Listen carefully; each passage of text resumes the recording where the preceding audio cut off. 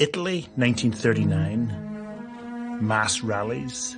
This salesman, Mussolini, is selling an idea of order, superiority, purity.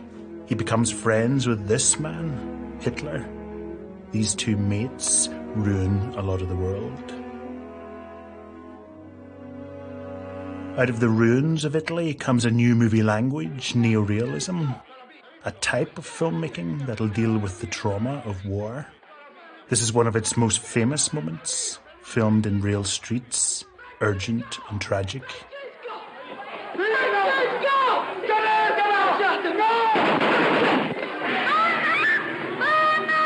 Movies in the 1940s had to get this raw because life had become this raw.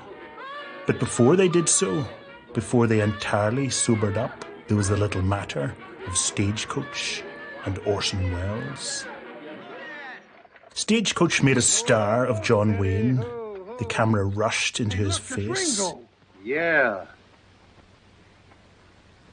Hello, kid. Hello, Curly. Hi, Buck. How's your folks? It was the 94th film made by John Ford. Here in his beloved Monument Valley, Ford was interviewed by another great director, Peter Bogdanovich. The interview shows how much Ford hated analysis. Take one. More than one take, Roy. Shoot. Mr. Ford, I've noticed that that your view of the West has become increasingly sad and melancholy over the years. I'm comparing, for instance, Wagon Master to The Man Who Shot Liberty Valance. Have you been aware of that change in mood? No. Now that I pointed out, is there anything you'd like to say about it? I don't know what you're talking about.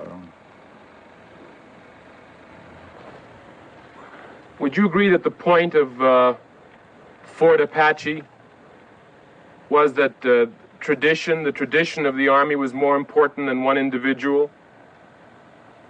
Cut. Ford didn't want to say much about his movies, but others did. One critic wrote that he captures the twitches of life and the silhouettes of legend. Stagecoach is a movie legend. It's about a bunch of misfits on a journey. One of them, a saloon girl and prostitute, is cold-shouldered by the others. But she's befriended by a cowboy called Ringo Kid. Many of the shots in the coach itself are filmed with back projection. Ford contrasts the claustrophobia of the stagecoach with classically composed pastoral wide shots like this one. In this setting, the Ringo Kid is brave enough to challenge the snobbery against the girl. I am really a coward. I know I am. So that's why I did foolish things. And I was decorated 8 or 9 times. Trying to prove that I was not a coward. But after it's all over, I still know that I was a coward.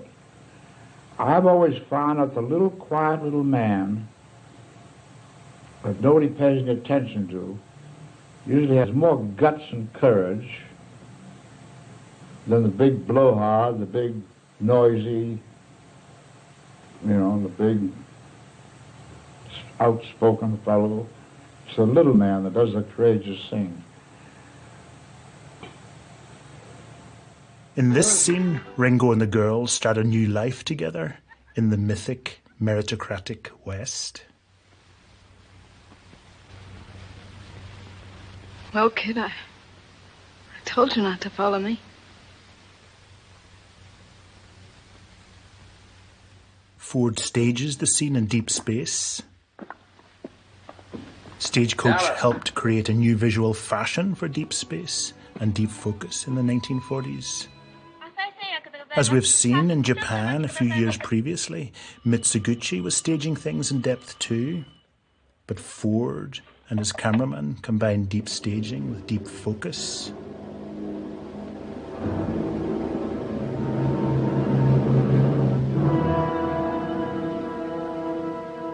The trend in cinema had been for the flattering effects of long lenses, which create shallow focus, eyes sharp, hair soft, background out of focus.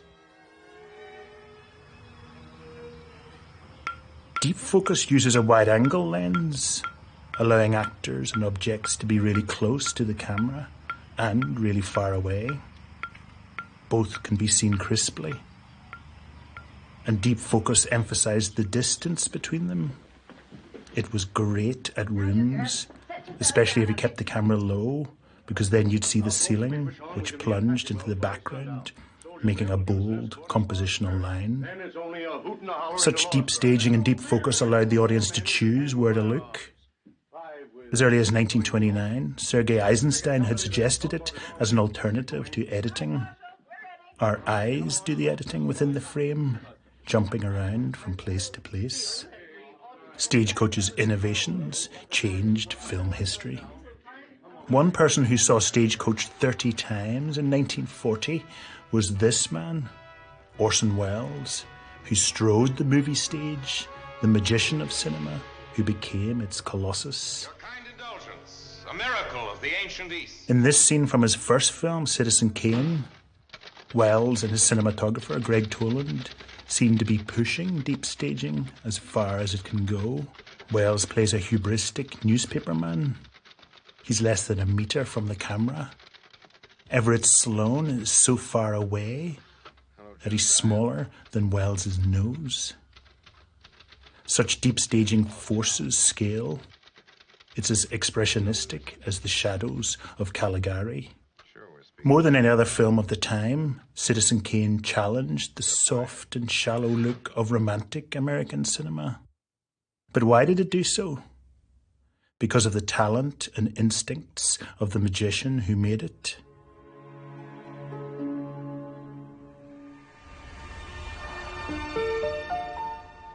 RKO studio, where Welles made Citizen Kane.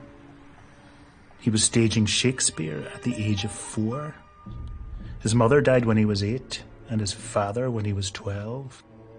He lived in Shanghai, visited the palaces of faded emperors, got to know the story of power, and tramped through its ruins.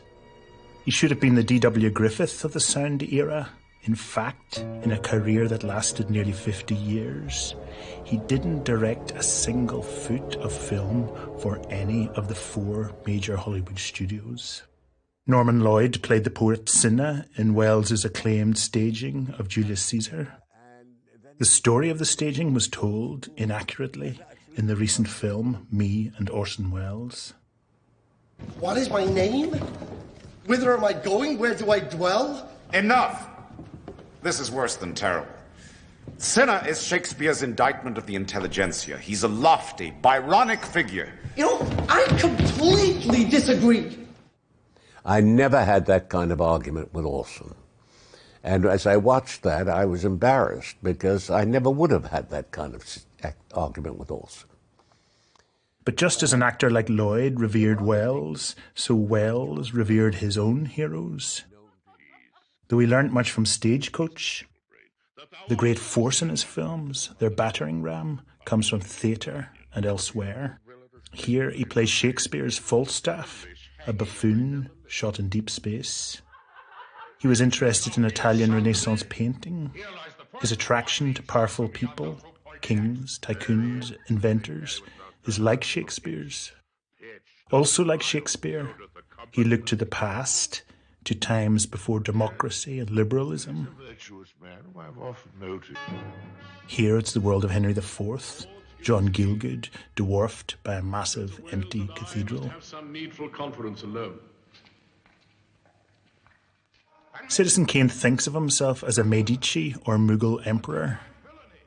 Kane is full of the lust for power. His world is massive but empty.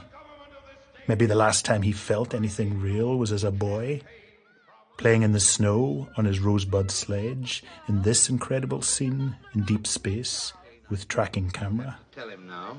Yes. I'll sign those papers. Citizen Kane denounced the grandeur, egomania, and maybe even the cinematic hubris that made Cabiria's tracking shots. and intolerance's epic scale.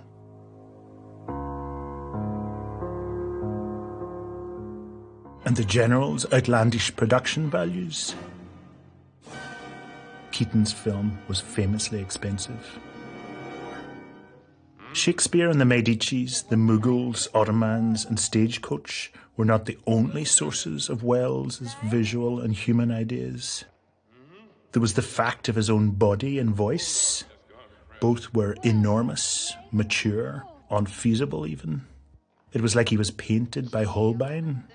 He could never play a young person, or a teenager, or an ordinary guy, or a 20th century everyman. The space in his films was gigantic because his persona was gigantic. And the sound was gigantic too. Whispers in close-up, echoes from miles back. 49,000 acres of nothing but scenery and statues. I'm lonesome. Till just yesterday, we've had no less than 50 of your friends at any one time. I think if you look carefully in the West Wing, Susan, you'll find about a dozen vacationers still in residence. He extended the overlapping dialogue of Howard Hawks' comedies to fill a whole film. Can you prove it isn't? Mr. Bernstein, I'd like you to meet Mr. Thatcher. I'll just borrow How do you do, the Mr. car. Thatcher? Leland, Hello. Mr. Thatcher, my ex-guardian. From Cuba. We have no secrets from our readers, Mr. Bernstein. Mr. Thatcher is one of our most devoted readers. The visual ideas of Toland and Wells about deep focus and deep space excited filmmakers around the world. Look at the depth of this scene in The Maltese Falcon.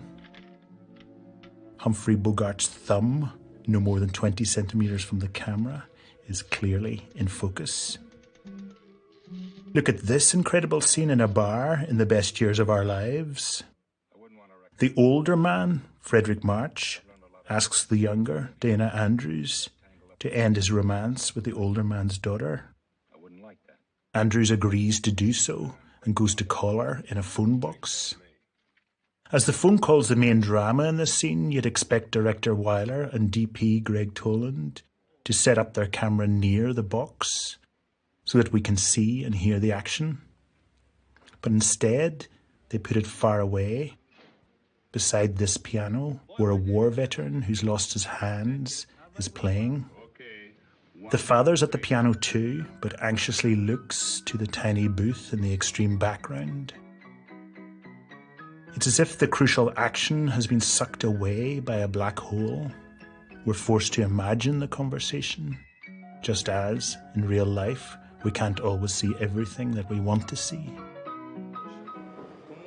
Years later, the Austrian Michael Haneke used deep space to show a woman on a train getting away from harassment.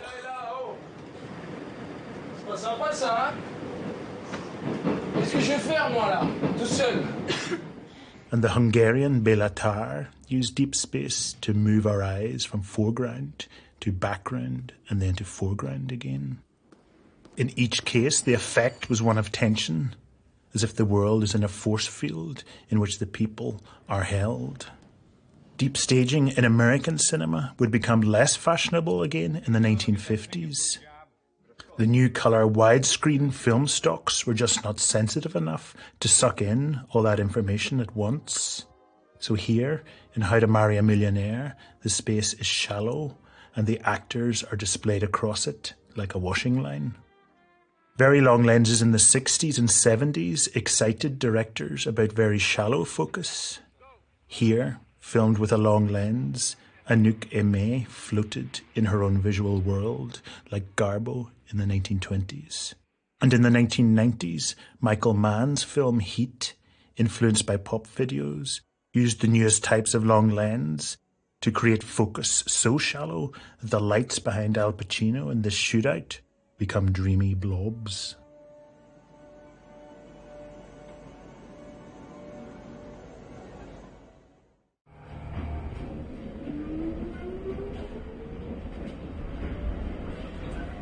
But it was this place, Italy, that was at the centre of the movie world in the 1940s.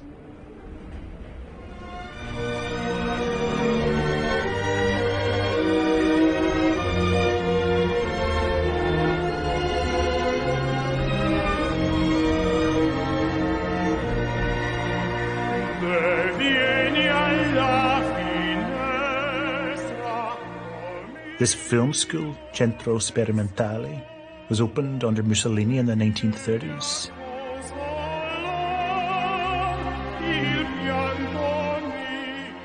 This famous film studio, where great sets had been built, where Italian epics and comedies had been made, had been used as an army barracks during World War II. And film lights were limited. So filmmakers took to the streets. Before the war, central Rome looked like this.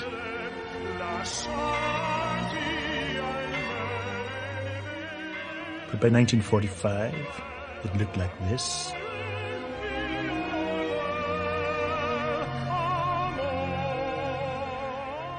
People still went about their lives, but the world had changed. The city had changed. The film industry had changed. And so, in a series of films made in Italy between 1945 and 1952, the language of film changed. What became known as rubble movies were born. The first was this one, Rome Open City, directed by Roberto Rossellini. The film started as a documentary about a priest in Rome during World War II, but grew into a portrait of the city, struggling to resist fascism and Nazism. This is how the actress in the film was shot and lit. Old style, glamour, a negligee.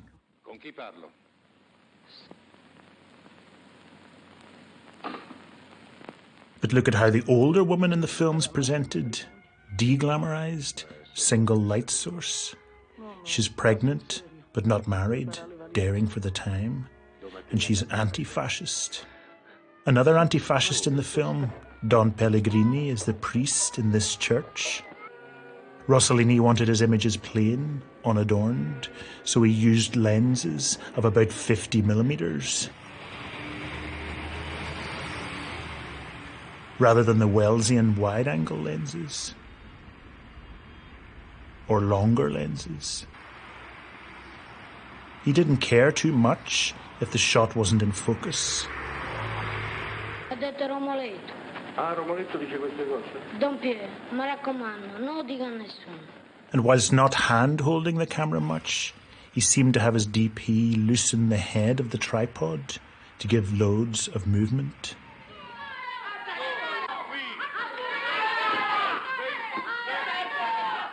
Light bulbs were bare in Italian neorealism.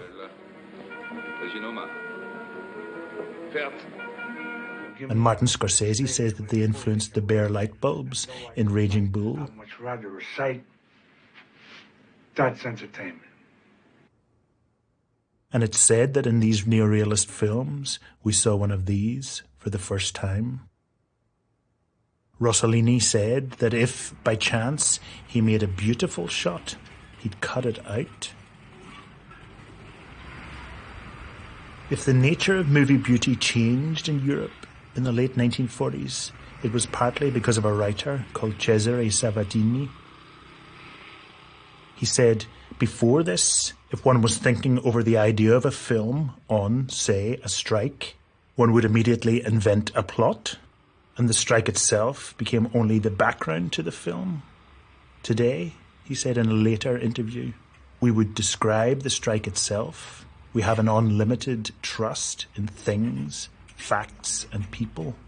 This was revolutionary, the reduction of plot, de-dramatization. And Sabatini said something even more revealing. When we've thought out a scene, we feel the need to remain in it because it can contain so many echoes and reverberations. This was again revelatory. Things took place in real time. Ordinary details mattered. Where Alfred Hitchcock was to say that cinema was life with the boring bits cut out, Sabatini and the neorealists said that cinema is the boring bits.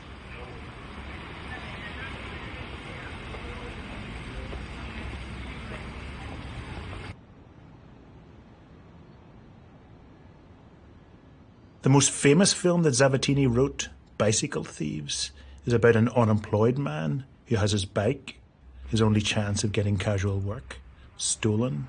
He and his son look all over Rome for it. In the end, worn out and afraid of not being able to get even basic work, he himself steals a bike.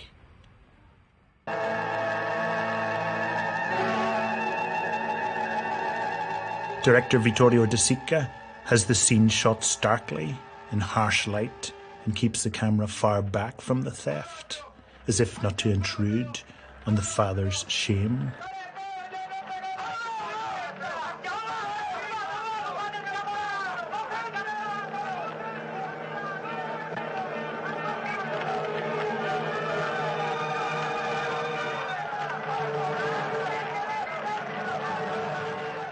But then the boy sees the father's theft.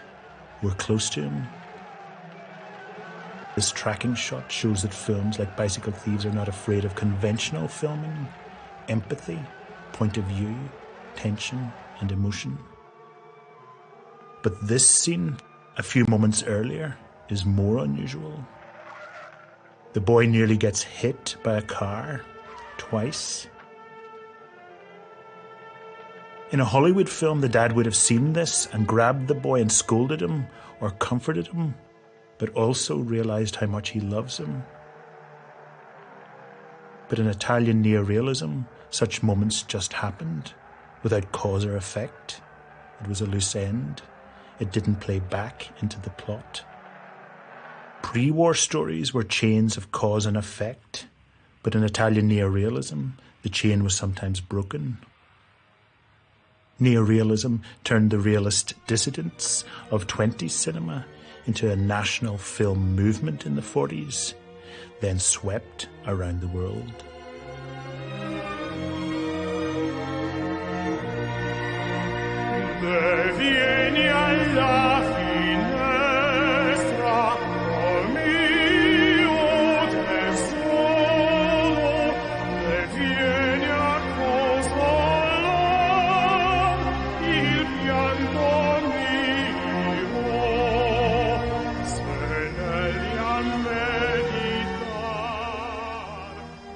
Far away from neorealism and the rubble of Europe, the mythic capital of the American movie industry, Hollywood, started to get less glossy in the 1940s too.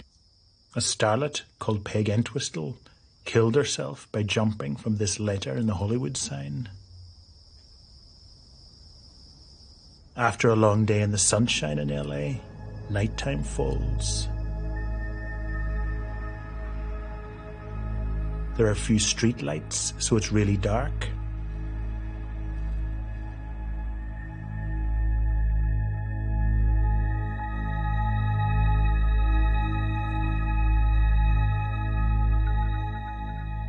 Hardly anyone walks, so those that do can hear their own footsteps.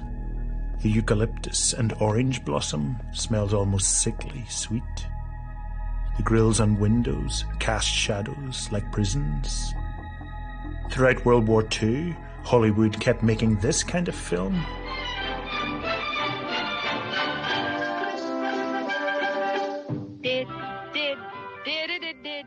Betty Grable, in her feathers and decor, was one of wartime's most popular stars.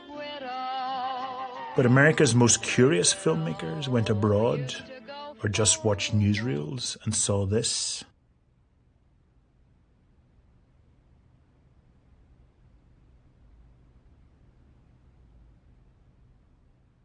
And this, the documentary tragedy of Rome Open City.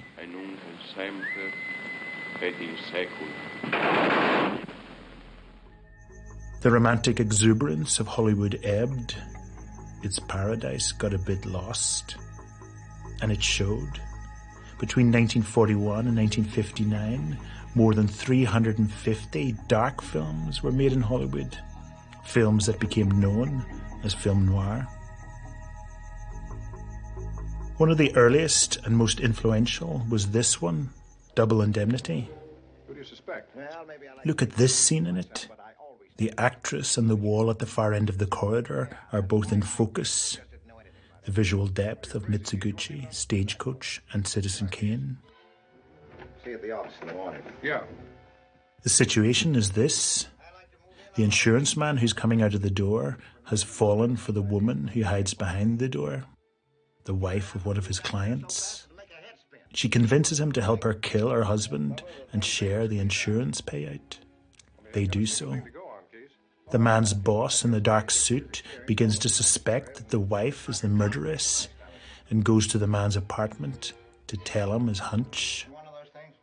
If the boss saw the wife there, it would confirm his hunch and implicate the man, his employee.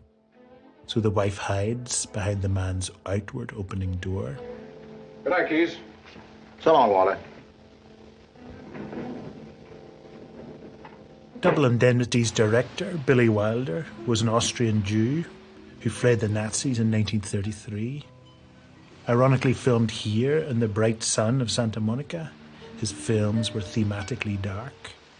Like many émigrés who made great film noir, Fritz Lang, Robert Siodmak, Otto Preminger, Michael Curtiz, Jacques Tourneur, he loved the unpretentiousness of America, but hated its worship of money. The wife in this scene lusts for it. The man lusts for her, and, because he's weak and flawed, for money too.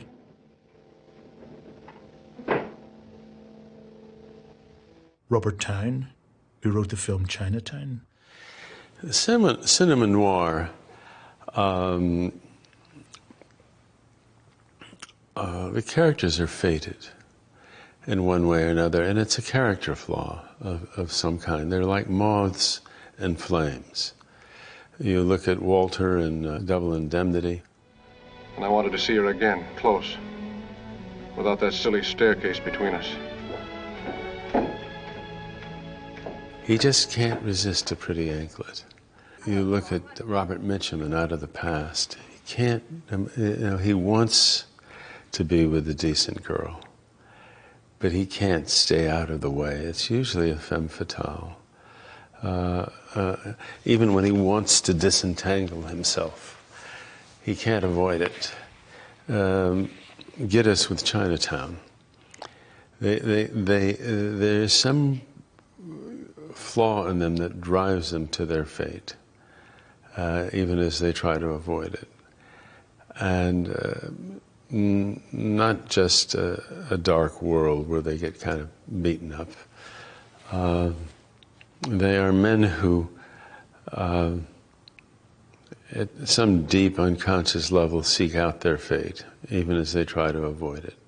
Paul Schrader, who wrote Taxi Driver and Raging Bull. The flawed hero, which, first sort of appeared in the Freud-influenced films, but it never really took hold till after the war, when these guys came home from the war, and you had all of that social dislocation where women who had gotten jobs in the war were now expected to give up their jobs, and men who fought in the war came home and didn't have any money. There's a lot of frustration. And so that kind of Freudian hero started feeling like a much more realistic hero than he had felt like in, the 30s and 40s. War, the city of LA, flawed characters, and social and legal collapse created noir, but so did other things. The lattice of shadows of German expressionism can be seen. In this German film, light casts a grid of shadows, but the handrail is a lattice too. Double Indemnity was co-written by Raymond Chandler, who, along with Dashiell Hammett, created the character types and situations of noir.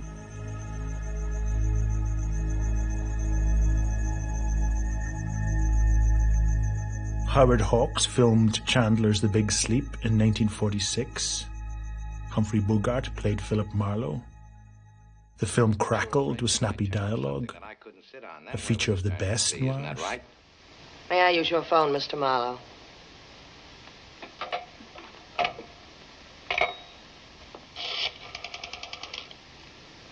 Hello? Police headquarters, please. Hello, this is Mrs. Hello, what do you want, please? What? I called you. Say, who is this? Sergeant Riley? Well, there isn't any Sergeant Riley here. Wait a minute, you better talk to my mother. The Big Sleep was the most influential film noir since Double Indemnity. Its complex plot set a fashion. The film was co-written by Lee Brackett, another great female screenwriter, who co-wrote this film, Rio Bravo, in which Angie Dickinson gets the best lines.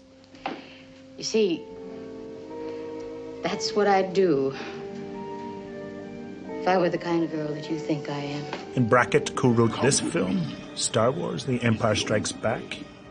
In the film's climax, Luke discovers, in the style of a Hollywood romance, that Darth Vader's his father.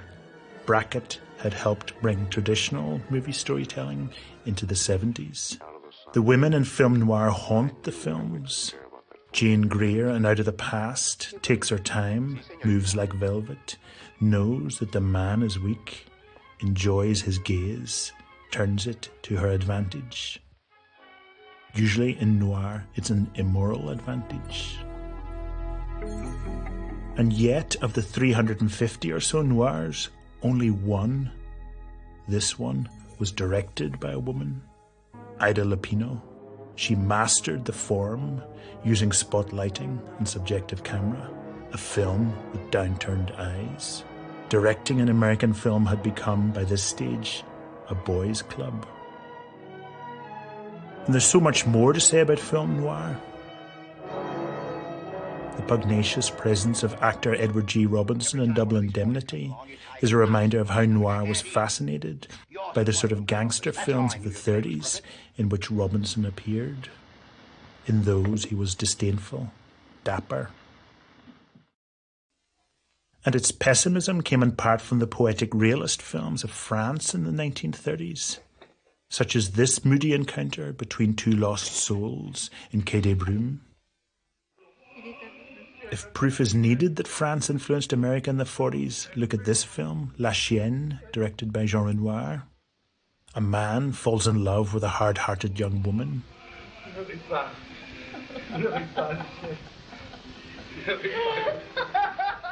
It was remade as Scarlet Street by Fritz Lang in America 14 years later. The scene where the man pleads for the woman's love is very similar. Its star, Edward G. Robinson. I wanted to laugh in your face. Here in Montrose, a suburb of Los Angeles, a B-movie called Gun Crazy was shot in 1950. It was one of the most innovative, passionate noirs ever made and shows how documentary and neorealism influenced the genre. It was directed by this Hemingway-esque man, speaking on his fishing boat, the great B-movie director, Joseph H. Lewis. A man and a woman, passionate and reckless, are about to rob a bank. Their hearts are beating. In a conventional noir, we'd see their faces, sweaty brows. Here, Lewis keeps the camera behind them. His DP sat in the back seat on a jockey saddle. He made a special board in which the camera could pan. Lewis then had new button microphones put on the actors and on a policeman we're about to see, and gave the performers free rein to improvise. There's a car just pulled out. If we can get in there. So we'll have to... Yeah. Okay, right in here. Fast as you can. Don't worry. It'll be a minute longer than I have to. Here goes nothing. Okay. Filming a stick-up in the conventional way was scheduled to take 4 days. Lewis claims to have shot this in 3 hours and says that the unbroken shot covers 2 miles of ground. Get out there. Wait, copper, go on. That's right. Stand right there. Okay.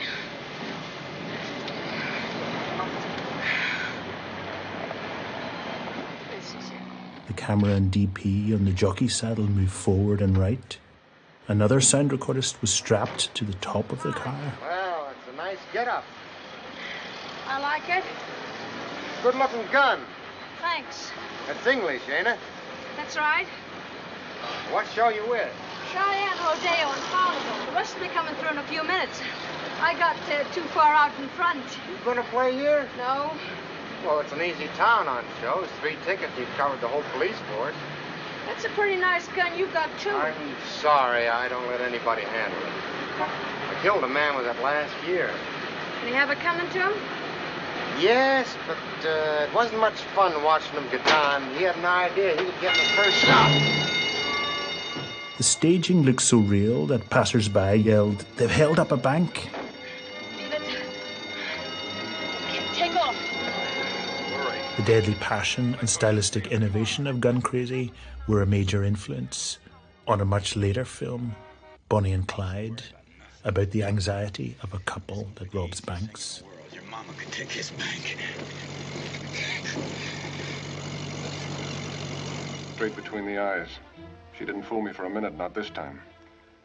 I knew Paul Schrader says that noir died out in 1958, but its influence can be seen much later in LA Confidential, in which Kim Basinger pretends to be Veronica Lake in This Gun for Hire. In Blade Runner, in which Sean Young walks through shadows in a pool of light, like a film noir femme fatale. In The Dark Knight, in which the city is fetid and morally dark.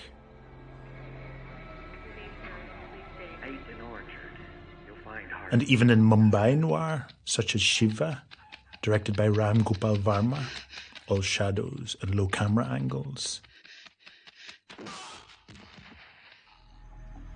The influence of film noir has travelled the world.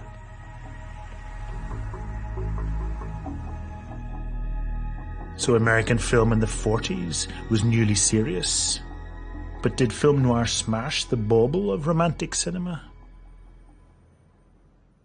If you've seen this, the sweeping camera moves and sweeping emotions of Titanic, you'll know that the answer is no. Romantic cinema continued.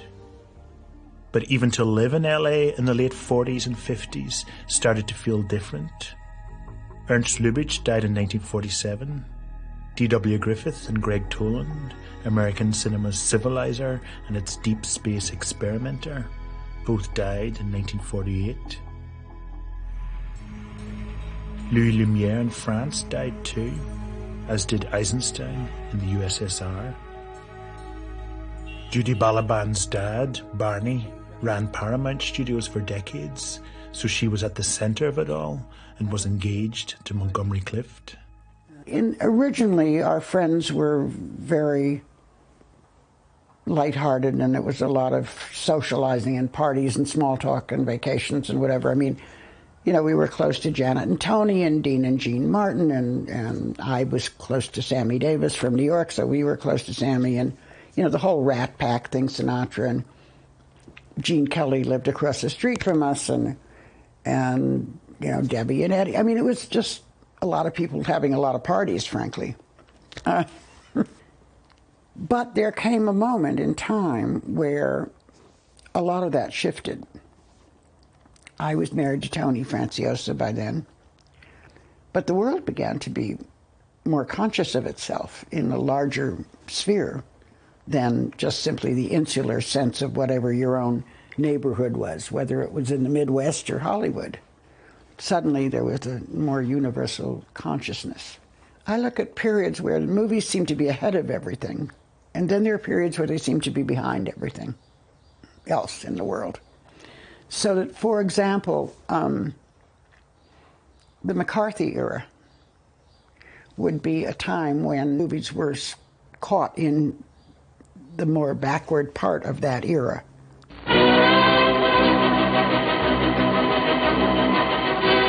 Calling the House Un-American Activities Committee to order, Chairman J. Parnell Thomas of New Jersey opens an inquiry into possible communist penetration of the Hollywood film industry. The committee is seeking to determine if Red Party members have reached the screen with subversive propaganda. That's not the question. The Question is, have you ever been a member of the Communist Party? I'm framing my answer in the only way in which any American citizen can frame his then you answer denied, to a question then you which invades his, absolutely invades then his you rights. denied, you refused to At these hearings, which started in 1947, 50 studio bosses and producers agreed to sack any of their employees who would not cooperate with the government's new anti-communist House Un-American Activities Committee. Your purpose is to use this to disrupt. This new poison in Hollywood life also helped create the seriousness of film noir. I've heard people. The most principled filmmakers refused to testify against leftists. Well, perhaps this would be a more efficient government without a Congress. Others named names, and great artists were banned from working, blacklisted.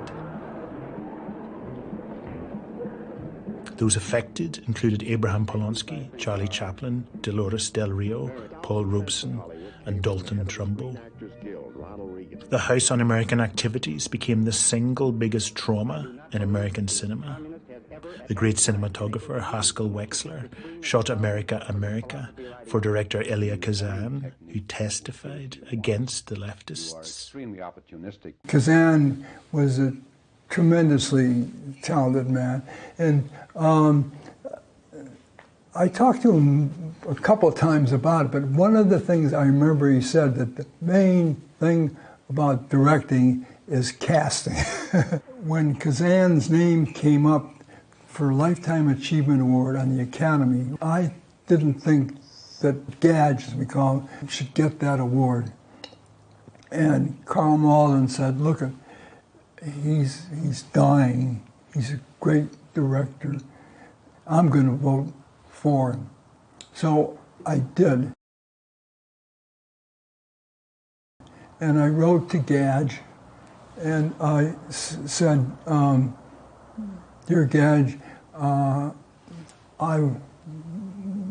voted for you because I think you deserve the Lifetime Achievement Award. I think it might be good if you said something which may sound euphemistic, but you're saying that you're sorry that you may have hurt some people. I forget the exact words I used, but and my nickname was Pete for many years, given to me by a whore in Puerto Rico, and she Kazan wrote me back, Pete, go fuck yourself, Gadge, and that's the way he was to the moment he died. He must have felt guilt that he couldn't admit. Well, I mean, it certainly was an important thing. That he didn't have to squeal. He didn't have to. He was on the top. He was on the top of the world. You know, and you're right. Rod Steiger and a lot of other people didn't, would not accept anything about it. Kazan's Oscar award was televised, of course. The famous reaction shots of the Oscar broadcast were more telling than ever. Carl Malden and Warren Beatty stand and clap Kazan. Steven Spielberg sits and claps. Ed Harris and Amy Madigan don't clap at all. Meryl Streep and Lynn Redgrave clap. Nick Nolte doesn't.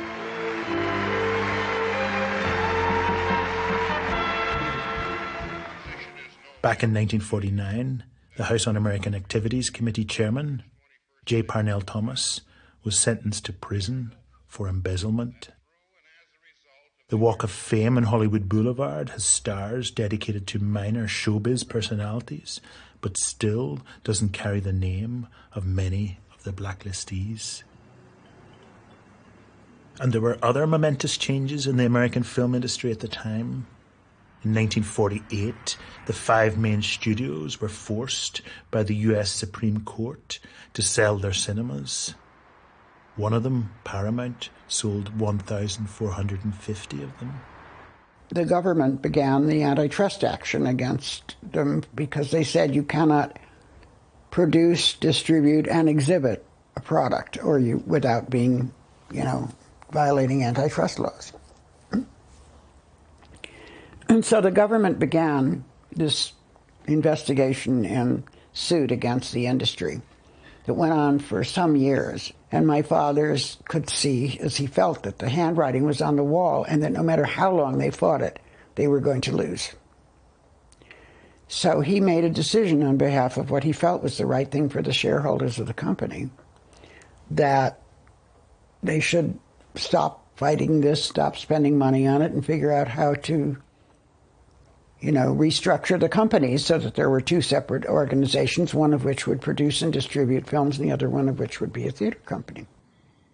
But in the early 50s, just as the studio system, what Stanley Donen called the garden, was dying, so it produced some of its most splendid blooms.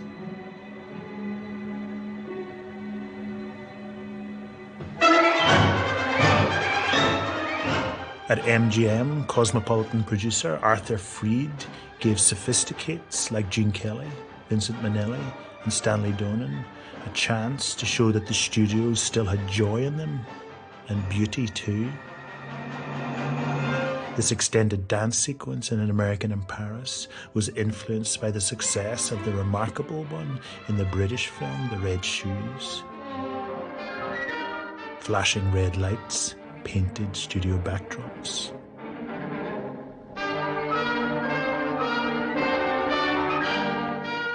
Gene Kelly was a leftist and abhorred the anti-communist witch hunts. But both he and Stanley Donen, who started as a choreographer, were Americans born and bred, not emigres, and at first their outlook was optimistic. Drawn from vaudeville and clowning, as this scene shows.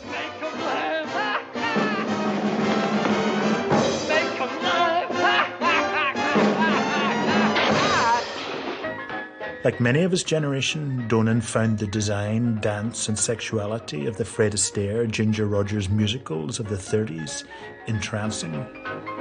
I was 9 years old, and I was a little boy in a southern town in South Carolina where I was born and grew up, and I had never experienced anything like that. And I was not in any way, my family wasn't related to dancing or movies or anything. And this moment of transcended life, real life, there they were, dancing to the music, enjoying being alive, expressing their feelings.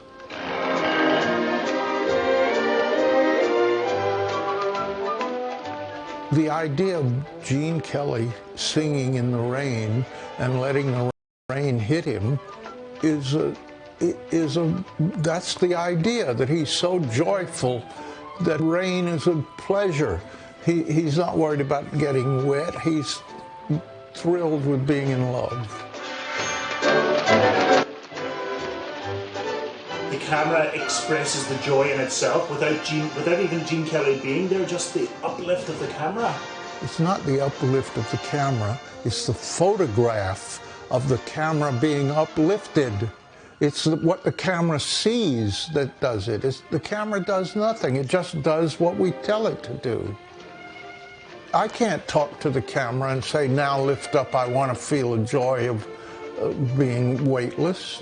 I've said to people before, if you say to a writer, does the pencil write the story? Of course it doesn't. And the camera is just the pencil that we're working with. In Singing in the Rain, Donen and Kelly did a kaleidoscopic sequence to make fun of the Busby Berkeley numbers, which they hated. It's a holiday today, it's a wedding, everything is done. My song, let me bring the spring to you. I used to think they were terrible. Absolutely terrible. I thought they were awful for a long time. And now when I look at them, I think they really are unique and wonderful, and they have a point of view, and I like them a lot. What's interesting is they didn't change at all. I changed. They are what they are. A film locks it. It's like the written word on the page. It doesn't change. It's only our opinion of what it means that changes. Strong word, not in the theater. Well, the president isn't in the theater. No, that's right. Now, on the other Change hand, in Donan's life and work echoes the change in Hollywood itself. In his film Indiscreet, starring Cary Grant and Ingrid Bergman, for example, he used an innovative technique to challenge censorship. I found a play I liked. The leading man and leading lady, even if they were married, couldn't be in bed together. It was censorship. They could, if they were married, they had to be in twin beds in the same room. And I wanted to show how intimate they were, and so I said, I have an idea how I'll have them in bed together, and the censors won't be able to do anything about it. In order to do it, so I could time it and everything, I built both sets, both bedrooms on the same sound stage. I had a camera on each person. We did it all at once, and I could watch them and say, you know, do this, do that. And so it was done as a split screen, but we photographed it as though it was all happening at once. How long is this going to go on? How long is what going to go on? That pretends that we're happy. You've never pretended we're happy. Who's pretending? You are. That we're happily married, that you wanted to stay with me. And, as in American cinema in general, melancholia entered Donan's cinema. Two for the Road was about a married couple. We see one of the first road trips they took together, and one of the last. The movie intercuts the time periods. You have to admit it, we've changed. I admit it, we've changed. It's sad, but that it is. People back then used to say to me, I love that movie, it's so romantic. And I would be stunned and say, but it's such a hard, tough look at marriage. Why do you think of it as romantic? Because that's what I wanted it to be, to show you how people could live together, the abrasions, the buffeting against each other, and yet the way that you really appreciate your partner. By this time, Donan had made 21 films, some of the greatest to come out of Hollywood. He was just 43 years old. Did you feel as if you'd run out of things to do? Oh, God, no. No. I mean, if you feel you've run out of things to do, it means you think you're stupid. You have nothing more to say. I didn't think that. I don't even think it now. What else did you have to say then, and what else do you have to say now? I think of Diaghilev with Nijinsky. You know, Diaghilev is supposed to have said to Nijinsky when he was asking him to do a ballet, "Étonne-moi," astonish me. Well, that's what I'm still trying to do. I still want to astonish you about my understanding of what it's all about, how it is, how we react to it, and what can I do. Just as Donan's films would do, so mainstream American cinema on the whole grew up in the 40s and early 50s, the years of devastation. Under the influence of war and Italian realism, American movies became darker. Life in mainstream American cinema was no longer a bowl of cherries. And deep focus, deep staging, film noir lighting, and the influence of Orson Welles had all given American film style new punch and portent.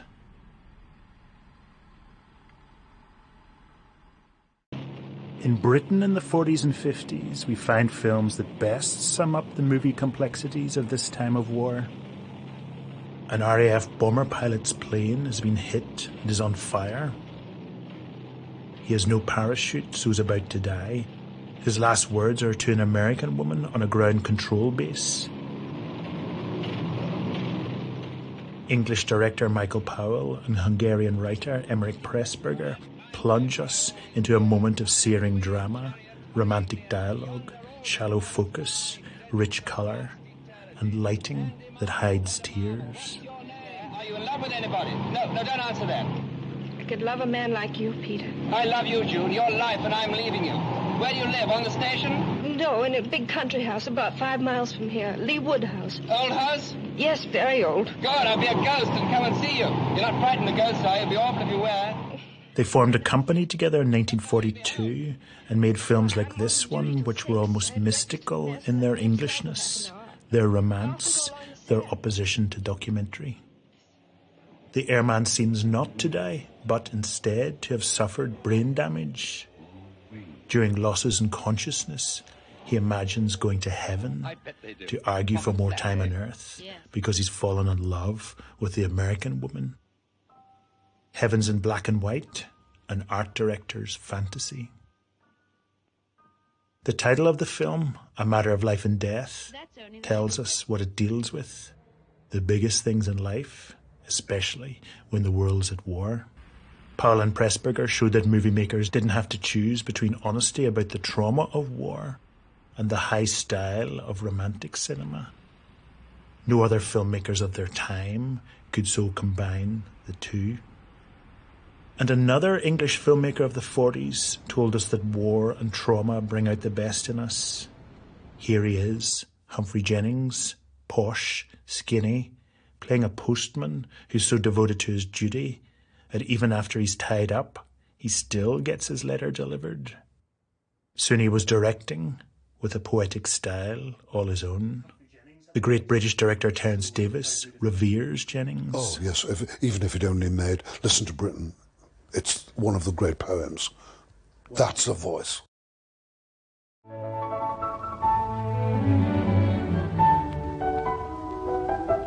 The most moving sequence is around the National Gallery, when the people are just enjoying the sun, and it might be their last summer where they're free.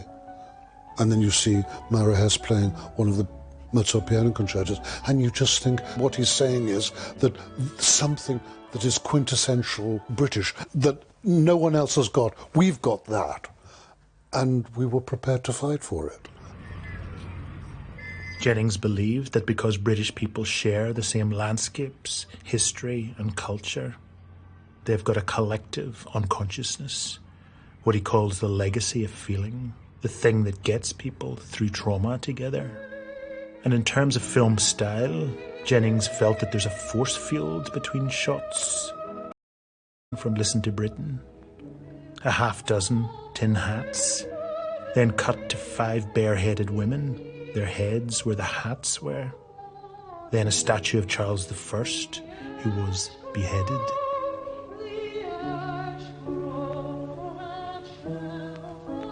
Three images together giving us an eerie feeling of the vulnerability. The cinematic sum greater than its parts. Eisenstein's 1 + 1 = 3 again. And in 1949, a final British film marvellously summed up the changes in Western cinema, the trauma, poetics, expressionism and shadow play in these years. The Third Man is set in Vienna after World War II, a city split between the victors. The film's writer, the Catholic novelist Graham Greene, planted at the heart of the story a great moral crime. A man, Harry Lime, played by Orson Welles, is making money by selling penicillin that's supposed to treat children. Director Carol Reed liked the seriousness of this idea. Its pessimism reminded him of the 30s French poetic realist films he so admired. He and his cinematographer filmed many shots off the horizontal axis to show the moral imbalance.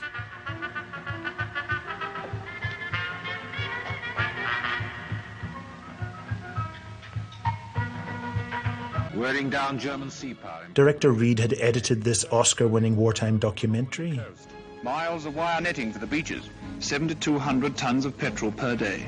With an underwater pipeline to carry it to France. A white star is the emblem of liberation. And, like the Italians and some of the American filmmakers, felt that cinema had to engage more with reality. Come out, whoever you are. This sequence in The Third Man, in which Wells as Harry Lime is first revealed, had the expressionist bravura of Wells's own film, Citizen Kane. Zijn Sie deppert? Ja, Sie meine ich, schauen Sie nicht so blöd. Eine Frechheit ist das, mitten in der Nacht so einen Krawall zu machen. Harry! Eine Frechheit ist das, so einen Krawall zu machen.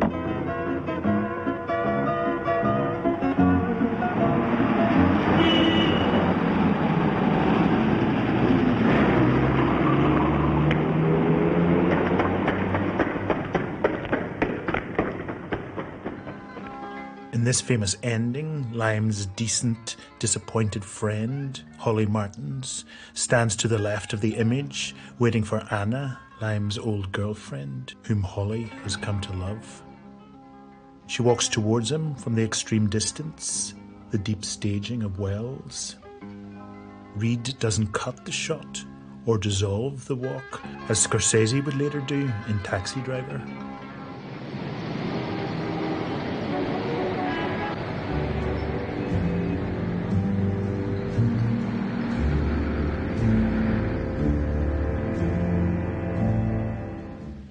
Reed lets Anna walk the whole way in real time, the de-dramatized time of Italian neorealism.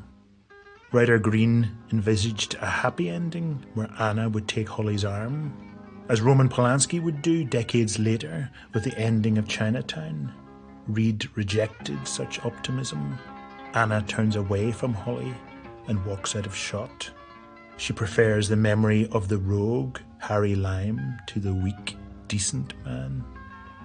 One of the most daring endings in mainstream film history. One of the greatest films ever made. The Third Man is a compendium of 40s cinema. The new moral seriousness of the movies, their realism and deep staging, would sweep across the world in the 50s to India, Africa, South America and Japan.